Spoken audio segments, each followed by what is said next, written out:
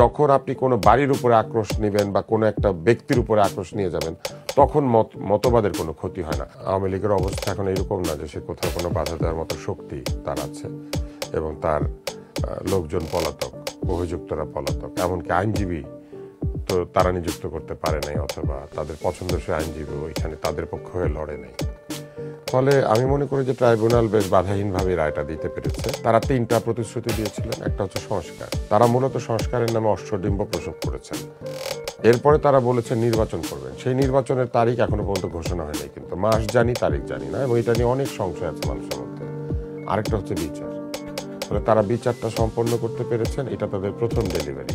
কিন্তু বিচারের রায় হয়েছে, কিন্তু রায় কার্যকর না হওয়া পর্যন্ত বিচার কিন্তু সম্পূর্ণ হয় না। শুধু রাজসাক্ষী দিলেই শাস্তির পরিমাণ এত কমে যাবে, যেখানে উনি সাক্ষী না হলে ওনারও কিন্তু মৃত্যুদণ্ডের কাউন্ট ছিল। রায় হচ্ছে একদিকে, আরেকদিকে ঢাকা শহরের একটা জায়গাতে এক ধরনের আনরেস্ট তৈরি করা হচ্ছে এবং এটাকে উৎসাহ দেওয়া হচ্ছে।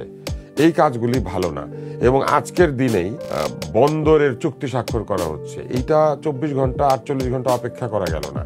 এই ধরনের কাজকর্ম করলে না নানান রকম প্রশ্ন ওঠে, এবং এই প্রশ্নগুলি একসময় জটিলতা এবং অস্বচ্ছতার জায়গাতে চলে যায়। যখন আপনি কোনো বাড়ির উপরে আক্রোশ নেবেন বা কোনো একটা ব্যক্তির উপরে আক্রোশ নিয়ে যাবেন, তখন মতবাদের কোনো ক্ষতি হয় না। মতবাদের ক্ষতি হয় যদি তার অনুসারীরা তার মতবাদকে গ্রহণ করার মতো উচ্চ নৈতিক মনোবল হারিয়ে ফেলেন। এবং আজকে আমরা যেটা দেখতে পাচ্ছি সেটা হচ্ছে অনুসারীদের মধ্যে উচ্চ নৈতিক মনোবল হারিয়ে গিয়েছে। তাদের মধ্যে চোর আছে, তাদের মধ্যে বাটপার আছে, তাদের মধ্যে ব্যাংক লুটেরা আছে, তাদের মধ্যে এমন ব্যক্তি আছেন যারা নির্বাচন করে নির্বাচিত হয়েছেন কিন্তু নিজের ব্যাংকের টাকা চুরি করেছেন, ইসলামী নাম দিয়ে ব্যাংক তৈরি করে সেইখান থেকে টাকা চুরি করেছেন। এইগুলি হলে পরে মতবাদ হারায়। মতবাদ বাড়ি ভেঙে হারায় না। এবং এই জায়গাতে কেন এসেছি, সক্রেটিসের পরে প্লেটো সক্রেটিসের লেখাগুলিকে লিখলেন, ডায়লগ, সংলাপ, মতবাদ টিকে গেল। অনুসারীরা যদি নৈতিক মনোবলে দৃঢ় হয় তাহলে কিন্তু কখনোই ওই মতবাদ হারাবে না।